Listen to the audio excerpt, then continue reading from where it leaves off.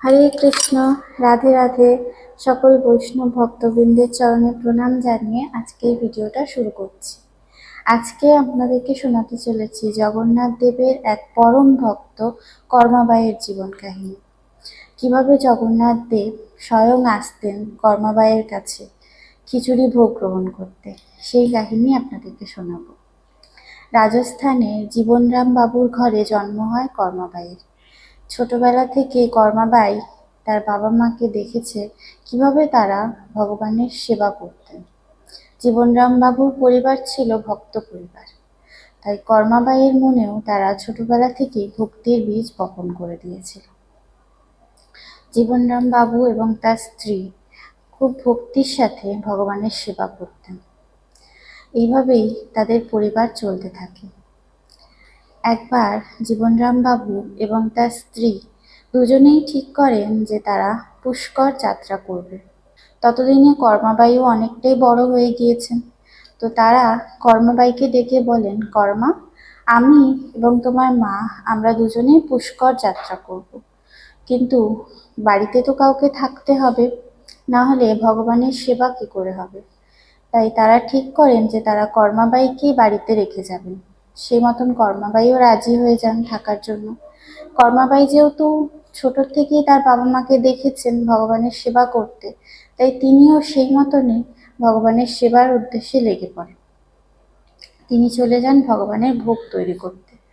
ভগবানের জন্য সুন্দর করে খিচুড়ি ভোগ বানিয়ে কর্মাবাই ভগবানকে ভোগ নিবেদন করেন এবং হাত জোর করে প্রার্থনা করেন যাতে ভগবান ভোগ গ্রহণ করে নেয়।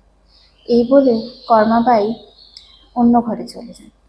কিছুক্ষণ বাদে যখন কর্মাবাই ফিরে আসেন, এসে দেখেন যে কর্মাবাই যেভাবে খিচুড়ি ভোগ নিবেদন করেছিলেন সেই ভোগ সেইভাবেই পড়ে রয়েছে।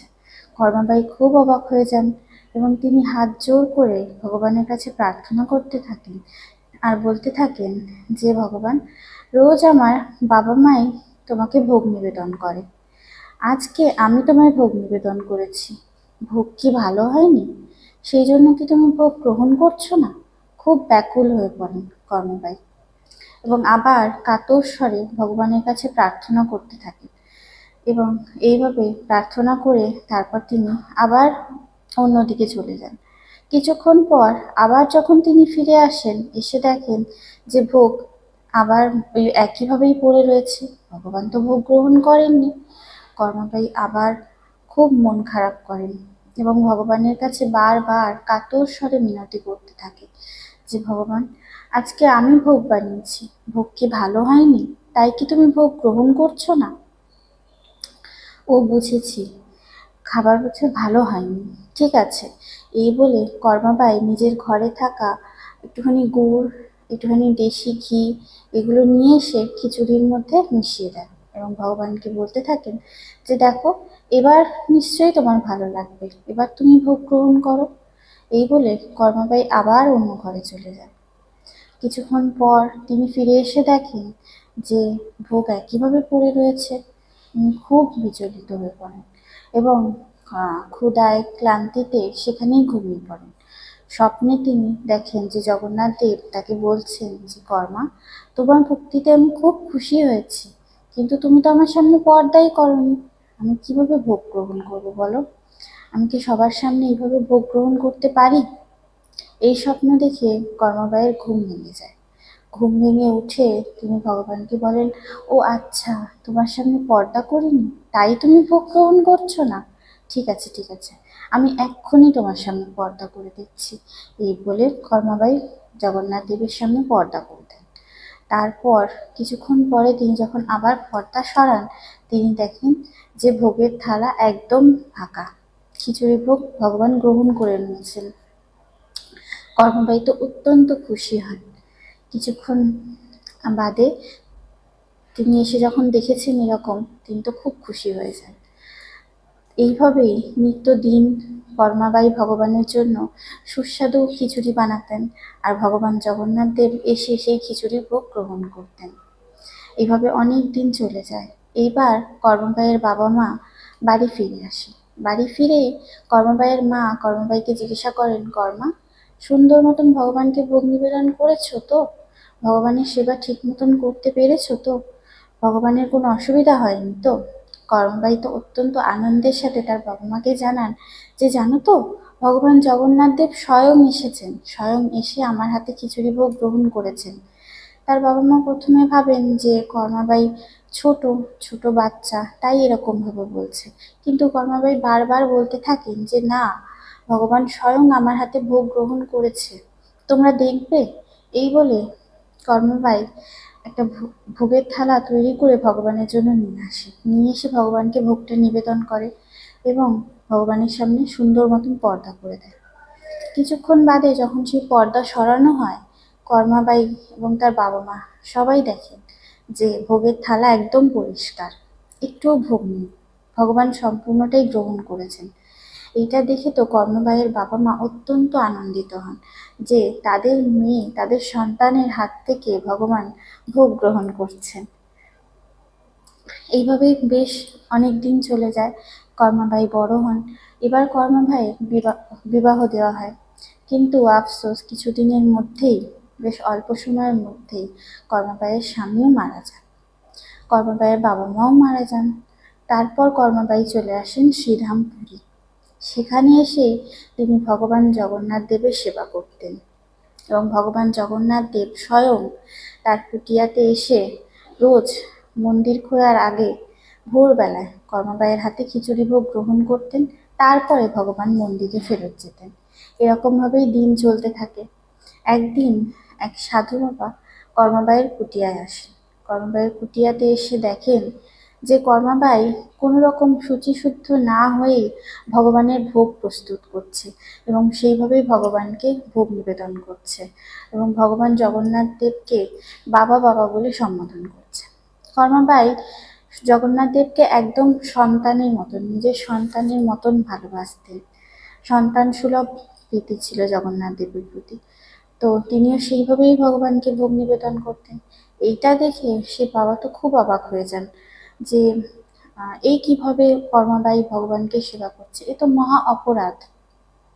তিনি কর্মাবাইকে নানান রকম, অনেক রকম নিয়ম শিখিয়ে দিয়ে যান, বিধিনিষেধ অনেক কিছু শিখিয়ে দিয়ে যান।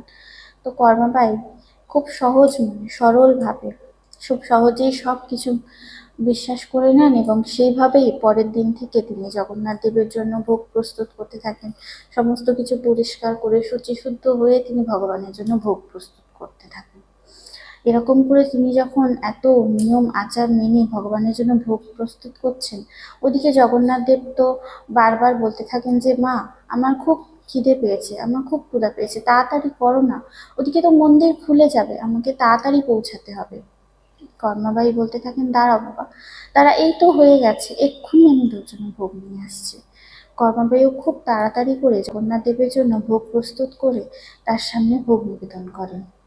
আর জগন্নাথ দেবও খুব তাড়াহুড়ো করে সেই ভোগ গ্রহণ করেই সেখান থেকে চলে যান মন্দিরে। এইভাবে বেশ কিছুদিন চলতে থাকে। কর্মাবাই এত নিয়ম কানুন মেনে ভগবানের জন্য ভোগ প্রস্তুত করতে থাকে, আর ভগবান জগন্নাথ দেবও খুব তাড়াতাড়ি সেই ভোগ গ্রহণ করে মন্দিরে চলে যেতে থাকেন। এইভাবে একদিন এত নিয়ম মেনে ভোগ প্রস্তুত করতে করতে কর্মাবাইয়ের বেশ অনেকটা দেরি হয়ে যান, আর জগন্নাথ দেবও বেশ তাড়াহুড়ো করেই সেই ভোগ গ্রহণ করে মন্দিরে চলে যান। জগন্নাথ দেবের এতটাই দেরি হয়ে যায় যে জগন্নাথ দেব আর নিজের মুখ হাত ধোয়ার সময় পাননি, ওইভাবেই তিনি মন্দিরে চলে যান। ওদিকে পুরীর মন্দিরে যখন পূজারীজি মন্দিরের কপাট খোলেন, তিনি দেখেন যে জগন্নাথ দেবের মুখে হাতে খিচুড়ি ভোগ লেগে আছে। তিনি বেশ অবাক হয়ে যান, কারণ জগন্নাথ দেবের 56 ভোগে খিচুড়ি ভোগ দেওয়া হয় না। তিনি বলতে থাকেন যে প্রভু, তুমি কোথার থেকে খিচুড়ি ভোগ পাচ্ছ? তোমাকে তো 56 ভোগের মধ্যে খিচুড়ি ভোগ দেওয়া হয় না। এইভাবে প্রায় 2-3 দিন পূজারীজি এরকম লক্ষ্য করেন যে জগন্নাথ দেবের মুখে হাতে খিচুড়ি ভোগ লেগে আছে। তিনি বেশ অবাক হয়ে যান, জগন্নাথ দেবের কাছে বারবার জিজ্ঞাসা করতে থাকেন। তো এরকমই একদিন জগন্নাথ দেব পূজারীজির স্বপ্নে আসেন এবং তাকে স্বপ্নাদেশে জানান যে তিনি তার মায়ের কাছে খিচুড়ি ভোগ খেতে যান। তার মা তাকে অনেক সুন্দর সুস্বাদু খিচুড়ি ভোগ বানিয়ে খাওয়ায়। তাই মন্দির খোলার আগে জগন্নাথ দেব যান তার মায়ের কুটিয়াতে, মানে কর্মাবাইয়ের কুটিয়াতে গিয়ে সেখানে তিনি ভোগ গ্রহণ করেন, আর তারপরে তিনি মন্দিরে আসেন। তিনি পূজারীজিকে এও বলেন যে দেখো না কোথার থেকে এক সাধু সাধু মহারাজ এসেছেন, এসে আমার মাকে কত কত নিয়ম শিখিয়ে গেছে। আমার মা তো এত নিয়ম পালন করতে পারবে না, আমার মা এত নিয়ম করতে পারে না, তার এত নিয়ম মেনে আমাকে ভোগ নিবেদন করতে করতে অনেকটা দেরি হয়ে যায়, সেই জন্য আমাকে তাড়াহুড়া করে ওখান থেকে ভোগ গ্রহণ করে মন্দিরে আসতে হয়। তুমি তাকে গিয়ে বলে দাও যে আমার আর আমার মায়ের মাঝখানে সেজন্য একদম না আসে, আমার মা এত নিয়ম করতে পারবে না। তো পূজারীজি যখন এই স্বপ্নাদেশ পান, তিনি পরদিনই সেই সাধু বাবার কুটিয়াতে চলে যান এবং তাকে গিয়ে জগন্নাথ দেবের থেকে পাওয়া স্বপ্নাদেশের কথা জানান। সাধু বাবাও অনেক অবাক হয়ে যান এবং তিনিও তাড়াতাড়ি করে পূজারীজির সাথে কর্মাবাইয়ের কুটিয়াতে আসেন। এসে কর্মাবাইকে জানান যে কর্মাবাইকে আর কোনো নিয়ম মেনে ভোগ নিবেদন করতে হবে না, কর্মাবাই আগে যেভাবে জগন্নাথ দেবের সেবা করত সেইভাবেই তিনি সেবা করবে, এটা জগন্নাথ দেবের আদেশ। তো এই কথা শুনে কর্মাবাই অত্যন্ত খুশি হয়ে যান যে তার ছেলে তার হয়ে সবাইকে জানিয়েছে যে তাকে এত নিয়ম পালন করতে হবে না। তো কর্মাবাই এইভাবে আবার পরের দিন থেকে আগের মতন করে, ঠিক যেভাবে তিনি ছোটবেলা থেকে ভগবান জগন্নাথ দেবকে ভোগ নিবেদন করছেন সেইভাবে আগের মতন করেই তিনি আবার জগন্নাথ দেবের জন্য ভোগ প্রস্তুত করতে থাকেন। এভাবে বেশ কিছু বছর কেটে যায়। এবার কর্মাবাইয়ের অন্তিম সময় চলে আসে, কর্মাবাই বৃদ্ধ হয়ে যান আর তার একদম শেষ সময় চলে আসে, তিনি শয্যাশায়ী অবস্থায় রয়েছেন। তো এইভাবে একদিন পূজারীজি যখন মন্দিরের কপাট খোলেন, তিনি দেখেন জগন্নাথ দেবের চোখে জল, টপ টপ করে জগন্নাথ দেবের চোখ থেকে জল পড়ছে, তিনি কাঁদছেন। এটা দেখে পূজারীজিও বেশ অবাক হয়ে যান যে জগন্নাথ দেব কাঁদছেন, কি হলো, আমাদের কি কোনো ভুল হয়ে গেল, আমরা কি তাকে কোনোভাবে কষ্ট দিয়ে ফেললাম, জগন্নাথজি কাঁদছেন কেন? পুরোপুরি ধামে এই কথা ছড়িয়ে যায় যে জগন্নাথজির চোখে জল, জগন্নাথজি কাঁদছেন। পুরীর রাজার কাছেও এই খবর গিয়ে পৌঁছায়। তো তিনিও চলে আসেন যে কি ব্যাপার, জগন্নাথজি কেন কাঁদছেন। তিনিও ব্যাকুল হয়ে ছুটে আসেন মন্দিরে। মন্দিরে এসে তিনিও যখন দেখেন জগন্নাথজি কাঁদছে, তারা সকলে জগন্নাথজির কাছে হাত জোর করে জানতে চায় এবং তখন দৈববাণী হয়, জগন্নাথজি বলেন যে আমার মা তো মারা যাচ্ছে, আমার মা তো মারা যাচ্ছে, আমাকে কে খিচুড়ি ভোগ দেবে, আমি কোথায় আবার সেই সুস্বাদু খিচুড়ি পাবো, আমার মা তো নেই, আমাকে কে সেই খিচুড়ি ভোগ দেবে। তখন পুরীর রাজা এবং পূজারীজি সকলেই হাত জোর করে জগন্নাথজির কাছে বলেন যে প্রভু আপনি কাঁদবেন না, আপনার মা নেই তো কি হয়েছে, এবার থেকে আপনার মায়ের নামে কর্মাবাইয়ের নামে 56 ভোগের আগে আপনাকে খিচুড়ি ভোগ নিবেদন করা হবে। তো সেই নিয়মে আজও পুরীতে জগন্নাথজিকে 56 ভোগের আগে খিচুড়ি ভোগ নিবেদন করা হয়। তো এই ছিল আজকে আমাদের পরম ভক্ত কর্মাবাইয়ের জীবন কাহিনী। যদি ভালো লেগে থাকে কমেন্ট বক্সে হরে কৃষ্ণ জয় জগন্নাথ জানিয়ে যাবেন। হরে কৃষ্ণ, রাধে রাধে।